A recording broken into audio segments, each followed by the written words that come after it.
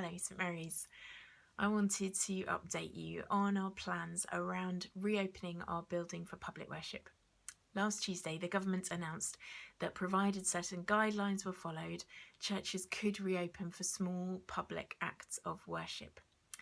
That guidance has been released today by the government. It still needs to go to the Church of England and to our diocese and then to us.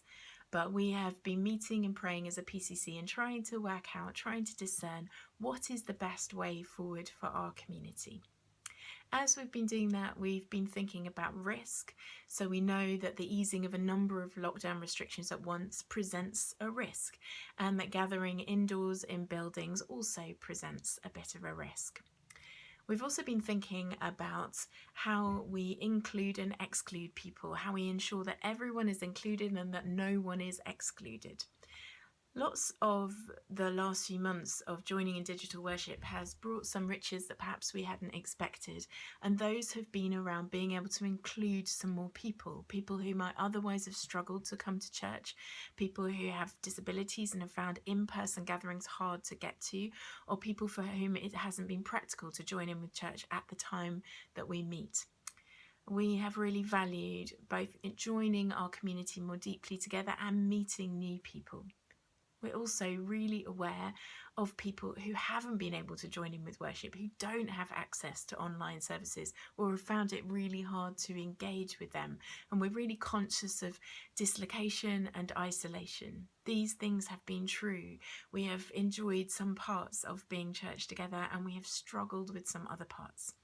And going forward, not just because of coronavirus and the long-term limitations on worship that presents, but also because we want to be an inclusive church that welcomes as many people as possible, we know that we need to maintain a digital presence and ensure that as many people can join us as possible. But we also know that we need to look after and care for those people who don't have access to in-person worship.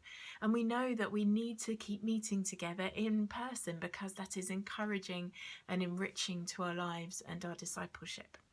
It's the way that we receive from God in Holy Communion, in bread and wine.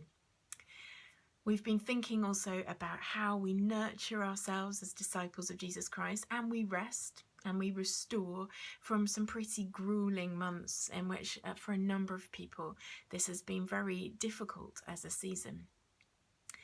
All of which has led us to make the decision to reopen the building for public worship, not now, but in September, and to take these next 2 summer months to prepare for that and to think about new and different ways of gathering. So we're going to take those summer months to prepare our building to ensure that it is absolutely safe and ready. We're going to take those months to think about how can we be a hybrid digital and in-person church and do that sustainably and do that well. We're going to think about how we have a booking system and a ticketing system which we're going to need for the long term, we suspect, unless something changes radically. We want to think about how we develop children and youth provision, both online and in person, and how we can do that safely. And over these months, we're going to take time to meet in small gatherings. We are encouraging you to meet other people in the church, and we want to help connect you if you're not sure who to meet or how to do that. Let us help you have garden gatherings, meet people one-to-one, meet in the park. Take time to build relationships, pray and read the Bible together. We'll also be providing opportunities to do that. We as the clergy gathering with small groups to enable people who need in-person gatherings the most to worship together, to pray and to study together, and we'll be releasing details about that. We'll be providing resources for children and young people, and our children's leaders are meeting at this present time and thinking about how best to support our children and families. We'd love to hear from you if you have ideas around that. We're going to be taking time to really rest and restore and prepare for a new season of worship.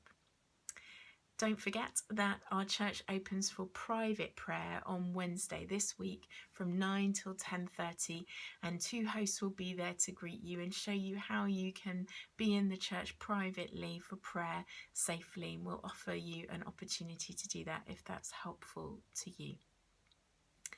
We know that for some people this news is a relief. Some people have told us that they're anxious about reopening and they want to take it slowly. And for other people this news is a disappointment.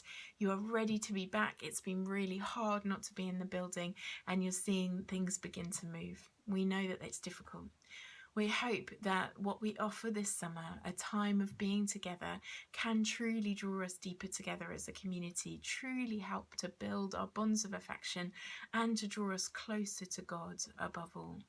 We hope that this dispersed way of being a church, of meeting and worshipping outdoors, will give us new perspective and new vision for what is possible for our church, and that it will help us be ready in new ways and full of learning and wisdom for when we can safely return to a building and we feel able to do that in September.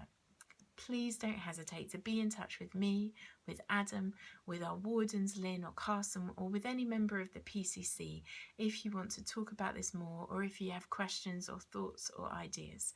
We would love to hear from you. For now, know that all our online digital content remains. We're going to find ways of interacting more in that way to build our community. We're going to find small ways of gathering in gardens and with each other to worship and to pray and to study. And we're going to be preparing to get ready to return to the building at September, provided it's safe to do so. Please pray for us as we continue to discern and work out the way forward, and be assured of our prayers for you.